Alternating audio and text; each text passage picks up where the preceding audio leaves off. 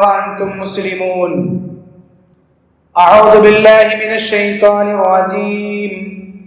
بسم الله الرحمن الرحيم. ولا تحسبن الله غافلا عما يعمل الظالمون إنما يؤخرهم ليوم تشخص فيه الأبصار. صدق الله العلي العظيم. ആദരണീയരായ സത്യവിശ്വാസികളെ, സത്യവിശ്വാസിനികളെ, സർവ്വലോകരക്ഷിതാവും നിയന്താവുമായ സർവ ചരാചരങ്ങളെയും സൃഷ്ടിച്ച് അടക്കി ഭരിക്കുന്ന എല്ലാ രഹസ്യങ്ങളെയും പരസ്യങ്ങളെയും സൂക്ഷ്മമായി കാണുകയും അറിയുകയും ചെയ്യുന്ന റബ്ബ് സുബ്ഹാനഹു വ തആലയുടെ വിധിവിലക്കുകളും നിയമനിർദ്ദേശങ്ങളും ജീവിതത്തിന്റെ സകല സന്ദർഭങ്ങളിലും സാഹചര്യങ്ങളിലും പാലിക്കുന്ന വിഷയത്തിൽ സൂക്ഷിക്കുന്ന കാര്യത്തിൽ അള്ളാഹുവിൽ തഖ്വയുള്ളവരായി, അവനോട് ഭയഭക്തിയുള്ളവരായി ജീവിക്കണമെന്ന് എന്നോടും നിങ്ങളോടും ഉണർത്തുകയാണ്, വസിയ്യത്ത് ചെയ്യുകയാണ്. നമ്മുടെ രാജ്യത്തെ മുസ്ലിം സമൂഹം, ഇസ്ലാമിക സമൂഹം ചരിത്രത്തിൽ മുമ്പൊന്നുമില്ലാത്ത വിധമുള്ള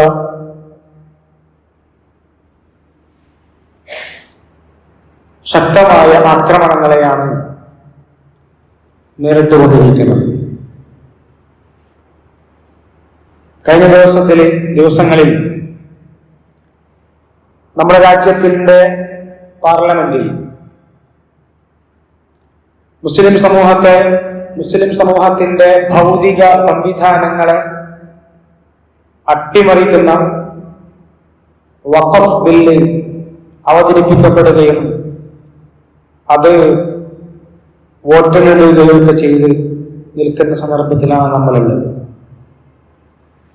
രാജ്യത്തെ മുസ്ലിം സമൂഹത്തെ നിർമ്മാർജ്ജനം ചെയ്യുവാൻ, മുസ്ലിം സമൂഹത്തെ അടിച്ചമർത്തുവാൻ ഉള്ള കുൽസിത ബുദ്ധികളുടെ, ഗൂഢാലോചനകളുടെ മറ്റൊരു ഫലമാണ് ഈ പറയുന്ന വഖഫ് ഭേദഗതി ബിൽ എന്ന് പറയുന്നത്. ഇതിനെക്കുറിച്ച് അറിയുക, ഇതെന്താണ് എന്ന് തിരിച്ചറിയുക എന്നത് അടിസ്ഥാനപരമായി നമ്മുടെ ഒരു ഉത്തരവാദിത്തമാണ്. കാരണം മുസ്ലിം ഉമ്മത്തിന്റെ കയ്യിലുള്ള, മുസ്ലിം ഉമ്മത്തിന്റെ, ഇസ്ലാമിക സമൂഹത്തിന്റെ അവരുടെ ആത്മവിശ്വാസത്തെ കെടുത്തുക, അവരെ ഭയപ്പെടുത്തിയിട്ട് അവരെ ഇല്ലാതാക്കി കളയാം, അവരുടെ ഭൗതികമായ സാമ്പത്തികമായ സംവിധാനങ്ങളെ, അവർ കാലങ്ങളായി ഉണ്ടാക്കിയ സംവിധാനങ്ങളെ കൈവശപ്പെടുത്തി അതിനുമേൽ ഇസ്ലാമിക സമൂഹത്തിനുള്ള അധികാരത്തെയും കൈവശാധികാരത്തെയും എല്ലാം ഇല്ലാതെയാക്കി അങ്ങനെയങ്ങ് ഇസ്ലാമിക സമൂഹത്തെ ദുർബലപ്പെടുത്താം എന്ന ഒരു അവസ്ഥ സംജാതമായിരിക്കുകയാണ്. ഒരു ഭാഗത്ത് അവർ പറയുന്നത് ഇത് മുസ്ലിം സമൂഹത്തിന് വേണ്ടിയാണ്, മുസ്ലിം സമൂഹത്തിന്റെ അവകാശങ്ങൾ ഹനിക്കപ്പെടുകയില്ല, മുസ്ലിം സമൂഹത്തിന് കൂടുതൽ സംരക്ഷണം ലഭിക്കുകയാണ് എന്ന ആട്ടിൻതോലണിഞ്ഞ ചെന്നായയുടെ വർത്തമാനങ്ങൾ നമ്മൾ വളരെ കൃത്യമായിട്ട് നാം തിരിച്ചറിയേണ്ടതാണ്. അതുമായി ചില കാര്യങ്ങളാണ് ഇന്ന് പറയാൻ ആഗ്രഹിക്കുന്നത്. കുറച്ച് സമയം ചിലപ്പോൾ അധികം എടുത്തേക്കാം. എന്നിരുന്നാലും അത് പറയുക, അതറിയുക എന്നത് ഏറ്റവും പ്രധാനപ്പെട്ട കാര്യമാണ്. മഹാനായ ഇബ്നു ഉമർ റളിയല്ലാഹു അൻഹു ഉദ്ധരിക്കുന്ന ഒരു ഹദീസിൽ മഹാനായ ഉമറുൽ ഫാറൂഖ് റളിയല്ലാഹു അൻഹു റസൂലിന്റെ അടുത്ത് വന്നിട്ട് ചോദിക്കുകയാണ്, അല്ലയോ റസൂലെ, എനിക്ക് ഖൈബറിൽ കുറച്ച് ഭൂമി ലഭിച്ചിട്ടുണ്ട്. അവിടെ ആ ഭൂമി എനിക്ക് കുറച്ചധികമായി ലഭിച്ച ഭൂമിയാണ്. അതിനേക്കാൾ വിലപ്പെട്ട സ്വത്തും എനിക്ക് ഇതുവരെ ലഭിച്ചിട്ടില്ല. ഞാനത് എന്തു ചെയ്യണമെന്നാണ് താങ്കൾ കൽപ്പിക്കുന്നത്? വലിയ സമർപ്പണമാണ്. എന്നാൽ ഒരു വില കൂടിയ സ്വത്ത് കയ്യിൽ കിട്ടുമ്പോൾ റസൂലിനോട് പോയി ചോദിക്കുകയാണ്, റസൂലെ, ഞാൻ എന്താണ് അതിൽ ചെയ്യേണ്ടത്? റസൂലുള്ളാഹി സ്വല്ലല്ലാഹു അലൈഹി വസല്ലം പറഞ്ഞു, നീ ഉദ്ദേശിക്കുന്നുവെങ്കിൽ അതിന്റെ മൂലധനം, അതിന്റെ ക്യാപിറ്റൽ അത് നിലനിർത്തിക്കൊണ്ട് അതിന്റെ ആദായം, അതിൽ നിന്ന് ലഭിക്കുന്ന ലാഭം അത് സ്വതക്കയായിട്ട് നൽകാം. അതിന്റെ അടിസ്ഥാനപരമായ ക്യാപിറ്റൽ, അതിന്റെ ആ പ്രോപ്പർട്ടി ഉണ്ട്, ആ പ്രോപ്പർട്ടി നിങ്ങൾ അള്ളാഹുവിന്റെ മാർഗത്തിൽ സമർപ്പിക്കുക. അതിലുള്ള ആദായം, അതിൽ നിന്ന് ലഭിക്കുന്ന വരുമാനങ്ങൾ അത് അള്ളാഹുവിന്റെ മാർഗത്തിൽ ചെലവഴിക്കുക എന്ന് റസൂലുള്ളാഹി സ്വല്ലല്ലാഹു അലൈഹി വസല്ലം. അത് വാങ്ങുവാനോ അതിന്റെ അടിസ്ഥാനപരമായ ക്യാപിറ്റൽ, അതിന്റെ മൂലധനം അതിൽ കൈകടത്തുവാനോ അത് പരമ്പരാഗതമായിട്ട് കൊടുക്കുവാനോ അത് സമ്മാനമായി നൽകുവാനോ സാധ്യമല്ല എന്ന് റസൂലുള്ളാഹി സ്വല്ലല്ലാഹു അലൈഹി വസല്ലം അവിടെ പഠിപ്പിക്കുകയാണ്. റസൂലുള്ളാഹി സ്വല്ലല്ലാഹു അലൈഹി വസല്ലം പറഞ്ഞനുസരിച്ചുകൊണ്ട് മഹാനായ ഉമറുൽ ഫാറൂഖ് റളിയല്ലാഹു അൻഹു അങ്ങനെ ചെയ്യുകയും അതായിരുന്നു ഇസ്ലാമിലെ വഖഫുമായി ബന്ധപ്പെട്ട് ഒന്നാമത്തെ പ്രവർത്തനം എന്നതാണ് നമുക്ക് ചരിത്രത്തിൽ കാണുവാൻ സാധ്യമാവുക. ഈ വഖഫിൽ നിന്ന് അതിന് മേൽനോട്ടം വഹിക്കുന്നവർക്ക് അതിൽ നിന്ന് ന്യായമായ കാര്യങ്ങൾ ഭക്ഷിക്കുന്നതിൽ, അവർക്ക് അവരുടെ ചെലവിന് വേണ്ടി എടുക്കുന്നതിൽ വിരോധമില്ല എന്ന് നമുക്ക് കാണുവാൻ സാധ്യമാകും. വഖഫ് എന്ന് പറഞ്ഞാൽ എന്താ? അതിന്റെ അർത്ഥം ബന്ധിച്ചു നിർത്തുക എന്നതാണ്, അവിടെ ചേർത്ത് വെക്കുക എന്നുള്ളതാണ്. എന്ന് പറഞ്ഞാൽ അള്ളാഹുവിലേക്ക് ചേർത്ത് വെക്കുകയാണ്. വഖഫിൽ ഇല്ല, അള്ളാഹുവിലേക്ക് ചേർത്ത് വെക്കുകയാണ്. അത് എന്തുമാവാം. അള്ളാഹു അത് നിയമമാക്കുകയും അതിനുവേണ്ടി പ്രേരിപ്പിക്കുകയും അള്ളാഹുവിന്റെ സാമീപ്യം ലഭിക്കുന്ന ഒരു പുണ്യകർമ്മമായി അതിനെ നിശ്ചയിക്കുകയും ചെയ്തിട്ടുണ്ട് ഇസ്ലാമിൽ. നമുക്കത് കൃത്യമായിട്ട് കാണുവാൻ സാധ്യമാകും. റസൂലുള്ളാഹി സ്വല്ലല്ലാഹു അലൈഹി വസല്ലം പറയുകയുണ്ടായല്ലോ, ഒരു മനുഷ്യന് അള്ളാഹുവിന്റെ അടിമ ആദമിന്റെ മകൻ അവൻ ആദമിന്റെ മകൻ മരണപ്പെട്ടു പോയാൽ അദ്ദേഹത്തിന്റെ എല്ലാ അമലുകളും അത് മുറിഞ്ഞു പോവുകയാണ്. ഇല്ലാ മിൻ സലാസ്, 3 കാര്യങ്ങൾ ഒഴിച്ച്.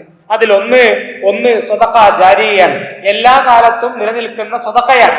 അത് വ്യത്യസ്തമായ സ്വതക്കകളുണ്ടാകും. 2 അവൻ പ്രചരിപ്പിച്ച അവൻ നൽകിയിട്ടുള്ള ഇൽമാണ്. 3 അവന് വേണ്ടി പ്രാർത്ഥിക്കുന്ന മക്കളാണ് എന്ന് കാണുവാൻ സാധ്യമാകും. ഇവിടെ സ്വതക്ക ജാരിയ തുടരുന്ന നിരന്തരമായ കാലഘട്ടങ്ങളിൽ മരണശേഷവും നിരന്തരമായി നന്മകൾ അത് ഉൽപ്പാദിപ്പിച്ചുകൊണ്ടേയിരിക്കുന്ന സ്വതക്ക എന്ന് പറയും. അതിലൊരു വലിയ ഭാഗമാണ് വഖഫ് എന്ന് കാണുവാൻ സാധ്യമാകും. മരണശേഷം തുടരുന്ന ഏറ്റവും പ്രധാനപ്പെട്ട പുണ്യകരമായ നന്മകൾ, പുണ്യകരമായ കാര്യങ്ങളെ കുറിച്ച് ഇമാം സുയൂത്തി എണ്ണി പറഞ്ഞിടത്ത് കാണുവാൻ സാധ്യമാകും. അവൻ പ്രചരിപ്പിച്ച വിജ്ഞാനം, സന്തതിയുടെ പ്രാർത്ഥന, നട്ട മരം, അതുപോലെ തുടരുന്ന ദാനധർമ്മങ്ങൾ, പൈതൃകമായി ശേഷിപ്പിച്ച മുസ്ഹഫ്, അതിർത്തിയിൽ സംവിധാനിച്ചിട്ടുള്ള കാവൽ, താൻ കുഴിച്ച കുഴിയും അതുപോലെ ഉണ്ടാക്കിയ അരുവികളും, അതുപോലെ താൻ നിർമ്മിച്ച അഗതി മന്ദിരം, ആരാധനാലയങ്ങൾ, ഇതൊക്കെ അതിൽ വരും എന്ന് ഇമാം സുയൂത്തി റഹിമഹുല്ലാ പറഞ്ഞു വെക്കുകയാണ്. വഖഫായിട്ട് നമുക്ക് ചെയ്യാൻ സാധ്യമാകുന്ന കാര്യം അത് ഭൂമിയാകാം, തോട്ടങ്ങളാവാം, കെട്ടിടമാവാം, ഫലവൃക്ഷങ്ങളാവാം, കുതിരയാകാം, വാഹനങ്ങളാവാം, കിണർ പോലെയുള്ള സംവിധാനങ്ങളാവാം, പഠിക്കുവാനുള്ള ഉപകരണങ്ങളാവാം, തോടാവാം, അഗതി മന്ദിരങ്ങളാവാം, പള്ളികൾ പോലെയുള്ള ആരാധനാലയങ്ങളാവാം. ഇങ്ങനെ വ്യത്യസ്തമായ സംവിധാനങ്ങളിലൂടെ വഖഫ് ചെയ്യുവാൻ നമുക്ക് സാധ്യമാണ്. ഇസ്ലാം അങ്ങനെ പഠിപ്പിക്കുന്നുണ്ട് എന്ന് നമുക്ക് കാണുവാൻ സാധ്യമാകും. അതില് സ്ഥായിയായ കാര്യങ്ങൾ ഉണ്ടാകും. എന്ന് പറഞ്ഞാൽ നമുക്ക് മൂവ് ചെയ്യാൻ പറ്റാത്ത, അങ്ങോട്ടും ഇങ്ങോട്ടും മാറ്റിവെക്കാൻ പറ്റാത്ത കാര്യങ്ങൾ, പള്ളി നിർമ്മിക്കുക, സ്ഥാപനങ്ങൾ ഉണ്ടാക്കുക, വിദ്യാഭ്യാസ കേന്ദ്രങ്ങൾ ഉണ്ടാക്കുക എന്നൊക്കെ അതിൽപ്പെട്ടാണ്. അതുപോലെ തന്നെ മൂവ് ചെയ്യുവാൻ സ്ഥായി അല്ലാത്ത വഖഫുകൾ ഉണ്ടാവും. വാഹനം അങ്ങനെയാണ്. അതുപോലെ തന്നെ മഹാനായ ഖാലിദ് ഇബ്നു റളിയല്ലാഹു അൻഹു അദ്ദേഹത്തിന്റെ പടയങ്കി വഖഫ് ചെയ്തതായിട്ട് നമുക്ക് കാണുവാൻ സാധ്യമാകും. ഈ വഖഫ് എന്ന് പറഞ്ഞാൽ അത് നല്ല കാര്യത്തിനാവണം, അത് ഖൈറിന് വേണ്ടിയാവണം. മാത്രമല്ല പെട്ടെന്ന് നശിച്ചു പോകുന്നതാവാൻ പാടില്ല.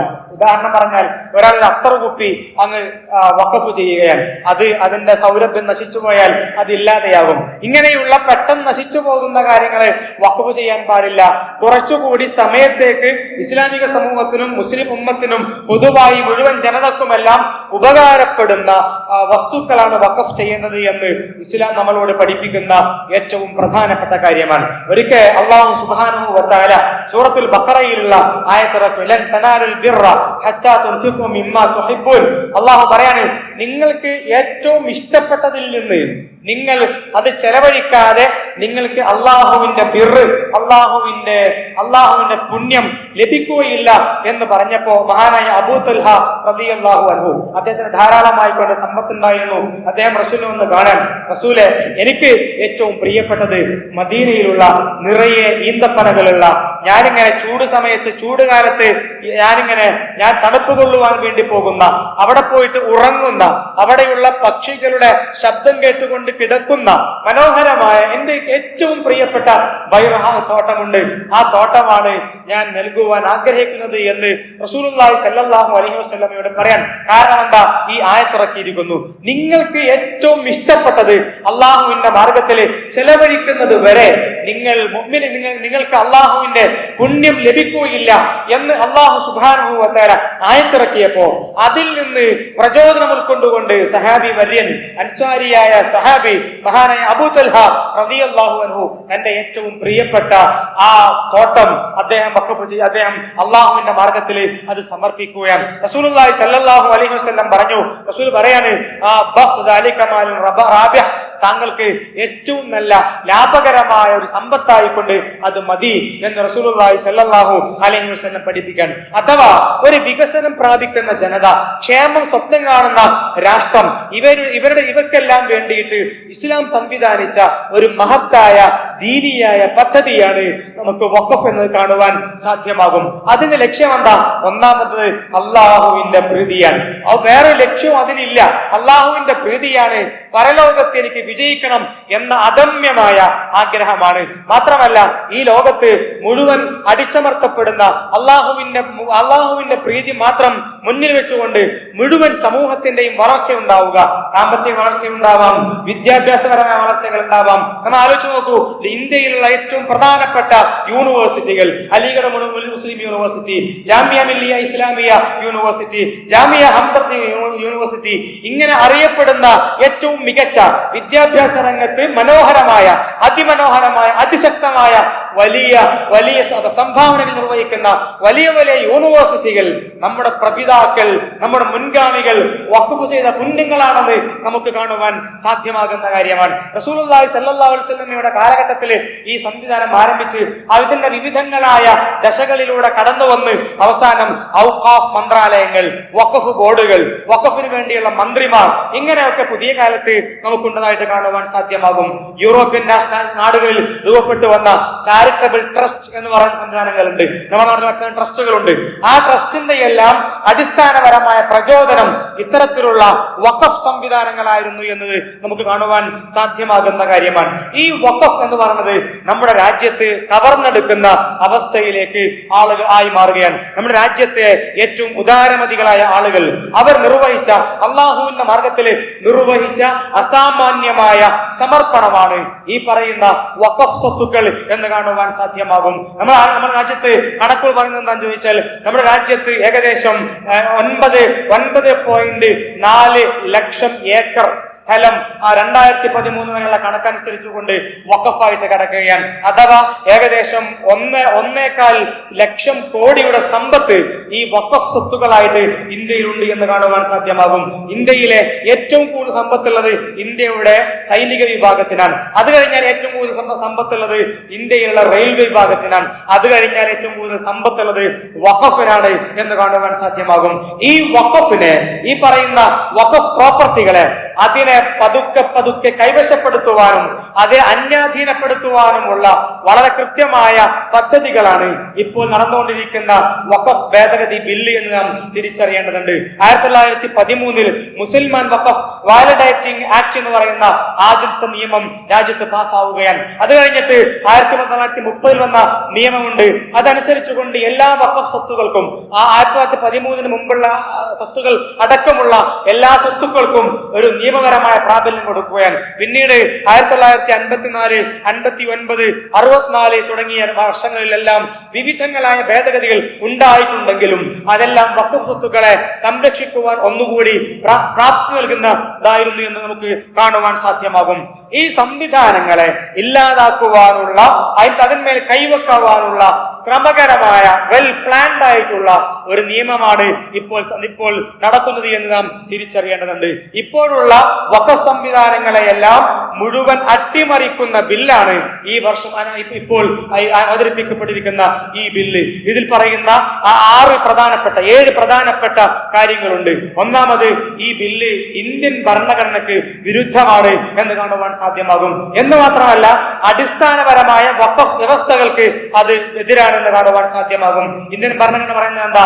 ആർട്ടിക്കിൾ 26 പറയുന്നത് എല്ലാ മതവിഭാഗങ്ങൾക്കും തുല്യമായ സംരക്ഷണം നൽകുന്ന മത കാര്യങ്ങളിൽ ഒരു പ്രത്യേക സമുദായത്തിന്, സമൂഹത്തിന് സ്വന്തം കാര്യങ്ങൾ കൈകാര്യം ചെയ്യുവാനുള്ള അവകാശം ഇന്ത്യൻ ഭരണഘടന നൽകുന്നുണ്ട്. അതിനുമേൽ കത്തിവെക്കുന്ന, അതിനുമേലുള്ള നഗ്നമായ കടന്നുകയറ്റമാണ് ഈ ബില്ലെന്ന് കാണുവാൻ സാധ്യമാകും.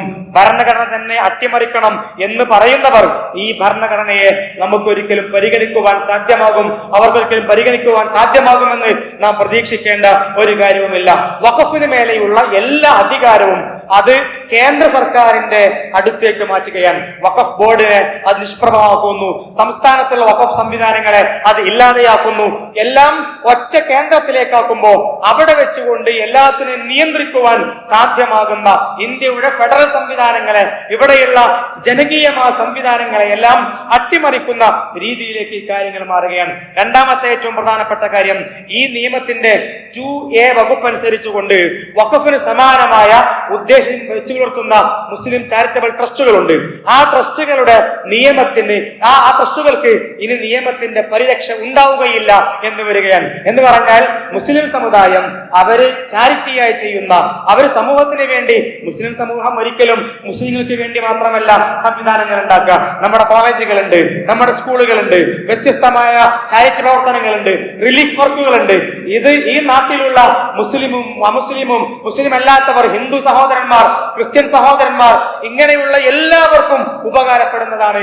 ഈ സംവിധാനങ്ങളെ തകർക്കുക എന്ന് പറഞ്ഞാൽ മുസ്ലിം സമൂഹത്തിന്റെ സാമൂഹികവും സാമ്പത്തികവുമായ വളർച്ചയെ തടയുക, വിദ്യാഭ്യാസപരമായ പ്രവർത്തനങ്ങളെ തടയിടുക എന്ന വലിയ ഒരു അപകടം ഇതിൽ കാണുവാൻ സാധ്യമാകും. മൂന്നാമത്തെ ഏറ്റവും പ്രധാനപ്പെട്ട കാര്യം, ഇതിലെ 3R എന്ന് പറയുന്ന ആക്ട് ഉണ്ട്. ആ വകുപ്പ് അനുസരിച്ചുകൊണ്ട് ഒരാൾ, സാധാരണ ഒരു വ്യക്തിക്ക് ഒരു മുസ്ലിമായ അല്ലെങ്കിൽ മുസ്ലിം അല്ലാത്ത വ്യക്തിക്ക് പോലും വഖഫ് ചെയ്യുവാൻ വഖഫ് നിയമത്തിൽ അവകാശമുണ്ട്.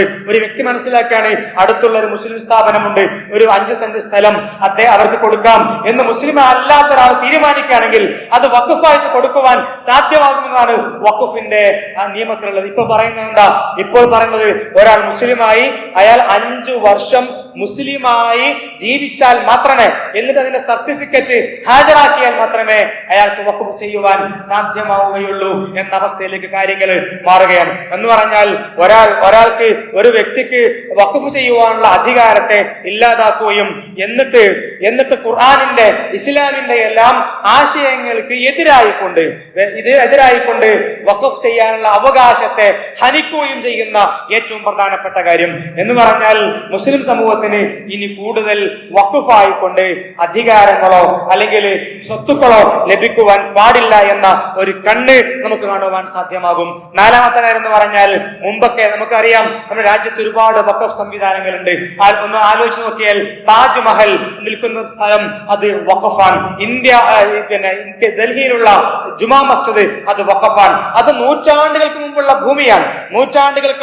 ഭൂമിയാണ്.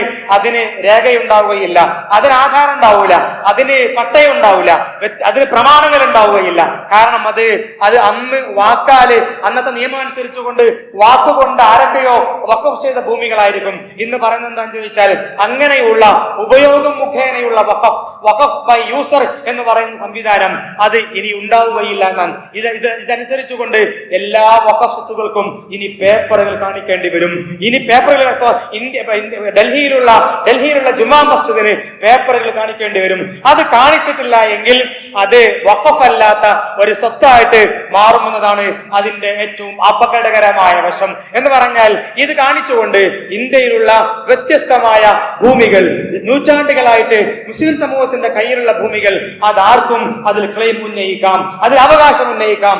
അതൊരു ഡിസ്പ്യൂട്ടഡ് ആയിട്ടുള്ള തർക്കമുള്ള ഒരു സ്വത്തായിട്ട് അത് മാറുകയാണ്. പിന്നെ അത് നിയമവ്യവഹാരങ്ങളിലൂടെ അത് കടന്നു പോവുകയാണ്. അവസാനം അത് സ്വാഭാവികമായിട്ടും ബൈ പേപ്പർ, ബൈ ഡോക്യുമെന്റ് തെളിയിക്കുവാൻ സാധ്യമല്ലാത്തത് കൊണ്ട് അത് അന്യാധീനപ്പെട്ടു പോകുന്ന അവസ്ഥയിലേക്ക് ഭാവിയിൽ കാര്യങ്ങൾ മുന്നോട്ട് പോകും എന്നത് ഏറ്റവും പ്രധാനപ്പെട്ട കാര്യമായി നാം തിരിച്ചറിയണം. അഞ്ചാമത്തെ കാര്യം എന്ന് പറഞ്ഞാൽ, ഏതെങ്കിലും ഒരു വഖഫ് ഭൂമിയോ സമ്പാദ്യമോ സർക്കാർ ഭൂമിയാണ്, സർക്കാർ സമ്പാദ്യമാണ് എന്ന് ആരെങ്കിലും ഉന്നയിച്ചാൽ, ഇപ്പൊ ഈ നിൽക്കുന്ന സ്ഥലം അത് സർക്കാർ ഭൂമിയാണെന്ന് ആരെങ്കിലും ആരെങ്കിലും ഒരു പരാതി കളക്ടറുടെ ഓഫീസിൽ കൊണ്ടുപോയി കൊടുത്താൽ ആ കളക്ടർ അതിൽ അന്വേഷണം പ്രഖ്യാപിക്കുകയാണ്. ആ അന്വേഷണം പ്രഖ്യാപിക്കുന്നത് മുതൽ അത് വഖഫ് സ്വത്തല്ലാതെ ആയിട്ട് മാറുകയാണ്, അത് സർക്കാർ ഭൂമിയായിട്ട് മാറുകയാണ്. പിന്നീട് ആ കളക്ടർ അത് സർക്കാർ ഭൂമിയല്ല വഖഫ് ഭൂമിയാണെന്ന് പറയുന്നത് വരെ അത് സർക്കാർ ഭൂമിയായിട്ട് തുടരുകയാണ്. അങ്ങനെ ഖബർസ്ഥാനുകൾ ഉണ്ടാകും, അങ്ങനെ പള്ളികൾ ഉണ്ടാകും, വിദ്യാഭ്യാസ സ്ഥാപനങ്ങൾ ഉണ്ടാകും. അവിടെ വഖഫ് എന്ന അർത്ഥത്തിൽ വിദ്യാഭ്യാസ സ്ഥാപനങ്ങൾ നടത്തുവാൻ സാധ്യമല്ലാത്ത അവസ്ഥ വരികയാണ്. പള്ളി എന്ന അർത്ഥത്തിൽ അത് മുന്നോട്ട് പോകുവാൻ സാധ്യമല്ലാത്ത അവസ്ഥ വരികയാണ്. ഖബർസ്ഥാൻ എന്ന അർത്ഥത്തിൽ അവിടെ മയ്യിത്ത് സംസ്കരണം നടക്കുവാൻ കഴിയാത്ത അവസ്ഥ കടന്നു വരികയാണ്. എന്ന് പറഞ്ഞാൽ അത് എത്രത്തോളം നീളുന്നുവോ അത്രത്തോളം അത് മുസ്ലിം സമൂഹത്തിന് നഷ്ടപ്പെട്ടുകൊണ്ടിരിക്കുന്നു എന്ന് നമുക്ക് കാണുവാൻ സാധ്യമാകും. മാത്രമല്ല ഇവിടെ തർക്കമുണ്ടാകുമ്പോൾ ഒന്നുള്ളത് അവിടെയുള്ള പള്ളിയാണെങ്കിൽ അതൊരു പാർട്ടിയാണ്, അതൊരു ഭാഗമാണ്, മറ്റേത് ഗവൺമെന്റ് ആണ്. ഇവിടെ തീരുമാനിക്കുന്നത് ആരാ? ഗവൺമെന്റിന്റെ ഭാഗമായി നിൽക്കുന്ന കളക്ടറാണ്. അപ്പൊ തീരുമാനം എത്രത്തോളം വിശ്വസനീയമാകുന്നതിലും നമുക്ക് വലിയ ആശങ്കയുണ്ട് എന്ന് നമുക്ക് കാണുവാൻ സാധ്യമാകുന്ന കാര്യമാണ്. ആറാമത്തെ എന്താന്ന് ചോദിച്ചാല് സെൻട്രൽ വഖഫ് കൗൺസിൽ അതുപോലെ സംസ്ഥാന വഖഫ് ബോർഡിലെല്ലാം ഇനി മുസ്ലിം അല്ലാത്തവരെ നിർബന്ധമായിട്ടും ഉൾപ്പെടുത്തണമെന്ന് വന്നിരിക്കുകയാണ്. എന്ന് പറഞ്ഞാല് നിലവിൽ നിയമത്തിൽ എല്ലാവരും മുസ്ലിങ്ങളാണ്. കാരണം എന്താ? ഇതൊരു മുസ്ലിങ്ങളുമായി ബന്ധപ്പെട്ട മതപരമായ സംവിധാനമാണ്. ഇവിടെ ഹിന്ദുക്കളുമായി ബന്ധപ്പെട്ട ദേവസ്വം ബോർഡുണ്ട്, അതുപോലെ തന്നെ ക്രിസ്ത്യാനികളുമായി ബന്ധപ്പെട്ടിട്ടുള്ള ചർച്ച് നിയമങ്ങളുണ്ട്, ഈ സിഖുകാരുമായി ബന്ധപ്പെട്ടിട്ടുള്ള അവരുടെ ബോർഡുകളുണ്ട്. അവിടെയൊന്നും അന്യമതസ്ഥരെ സിഖുകാർക്ക് സിഖുകാർ തന്നെയാണ് ഉണ്ടാവുക, ക്രിസ്ത്യാനികൾ തന്നെയാണ് ഉണ്ടാവുക. ദേവസ്വം ബോർഡിൽ ഹിന്ദുക്കൾ മാത്രമേ ഉണ്ടാകൂ എന്ന് മാത്രമല്ല, ദേവസ്വം ബോർഡിലേക്ക് വോട്ട് ചെയ്യുവാൻ മുസ്ലിം MLA-മാർക്ക് പോലും ഇന്ന് അവകാശമില്ല എന്ന് നാം തിരിച്ചറിയേണ്ടതുണ്ട്. എന്ന് പറഞ്ഞ് നമ്മൾ അതിനെ മാനിക്കുകയാണ്, നമ്മൾ അതിനെ ബഹുമാനിക്കുന്നു. അങ്ങനെ തന്നെയാണ് അത് മുന്നോട്ട് പോകേണ്ടതും. പക്ഷേ ഇത് ഇസ്ലാമിക സമൂഹത്തിന്, മുസ്ലിം സമൂഹത്തിന് ഇതിൽ അവകാശമില്ല എന്ന് പറയുന്ന അവസ്ഥയിലേക്ക് വരികയാണ്. എന്ന് പറഞ്ഞാൽ വഖഫ് ബോർഡിൽ, സെൻട്രൽ വഖഫ് കൗൺസിലിൽ നിർബന്ധമായിട്ടും 2 മുസ്ലിങ്ങൾ അല്ലാത്തവർ ഉണ്ടാവണം എന്ന് പറയാൻ ഇതിന്റെ അർത്ഥം എന്താണെന്ന് ചോദിച്ചാല് വഖഫ് സ്വത്തുകൾ നോക്കുന്നിടത്ത് മുസ്ലിങ്ങൾക്ക് വിശ്വാസ്യതയുടെ കമ്മിയുണ്ട്, അവർ സത്യസന്ധരല്ല, അവർ വിശ്വസിക്കുവാൻ കൊള്ളാത്തവരാണ് എന്ന് പറയുന്നൊരു ധ്വനി കാണുവാൻ സാധ്യമാകുന്നു. എന്ന് മാത്രമല്ല വഖഫ് ഭൂമികളെ, വഖഫ് സ്വത്തുക്കളെ ബഹുമാനിക്കേണ്ട രീതിയിൽ ബഹുമാനിക്കാത്തവരെ ഈ കമ്മിറ്റിയിൽ കൊണ്ടുവരുമ്പോ, ഇവിടെയുള്ള സംവിധാനങ്ങളിൽ കൊണ്ടുവരുമ്പോ എങ്ങനെയാണ് കാര്യങ്ങൾ മുന്നോട്ട് പോകുക എന്നുള്ളത് നമുക്ക് വ്യക്തമാകുന്ന കാര്യമാണ്. അത് മുഴുവൻ വഖഫ് സ്ഥാപനങ്ങൾക്കും അത് ദോഷകരമായിട്ട് ബാധിക്കും എന്ന് നമുക്ക് കാണുവാൻ സാധ്യമാകുന്ന ഏറ്റവും പ്രധാനപ്പെട്ട കാര്യമാണ്. ഏഴാമത്തെ കാര്യം എന്താണെന്ന് ചോദിച്ചാൽ വഖഫുമായി ബന്ധപ്പെട്ട് തർക്കങ്ങൾ ഉണ്ടാകും. നിലവിൽ അതിൽ ട്രൈബ്യൂണലിൽ 3 അംഗങ്ങളാണുള്ളത്. അതിൽ ഒരാൾ മുസ്ലിം നിയമത്തെക്കുറിച്ച്, മുസ്ലിം തത്വ സംഹിതയെക്കുറിച്ചെല്ലാം കൃത്യമായി കൊണ്ട് അറിവുള്ളവരാവണം, മുസ്ലിം നിയമത്തിൽ അറിവുള്ളവരാവണം. ഇപ്പോൾ ആ മുസ്ലിം നിയമത്തിൽ അറിവുള്ള ആളുകളാവണമെന്ന ആ ഒരാളെ മാറ്റി നിർത്തിയിട്ട് അതിൽ 2 ആളും മതി എന്ന് തീരുമാനിക്കാൻ. എന്ന് പറഞ്ഞാൽ സാധാരണ ഒരു കോടതി തീരുമാനിക്കുന്നത് പോലെ, സാധാരണ ഒരു റവന്യൂ ലാൻഡിന്റെ വിഷയങ്ങൾ പരിഗണിക്കുന്നത് പോലെ ഇനി വഖഫുമായി ബന്ധപ്പെട്ടിട്ടുള്ള വിഷയങ്ങൾ പരിഗണിക്കുമെന്നതാണ് നമുക്ക് കാണുവാൻ സാധ്യമാകുന്ന ഏറ്റവും പ്രധാനപ്പെട്ട കാര്യം.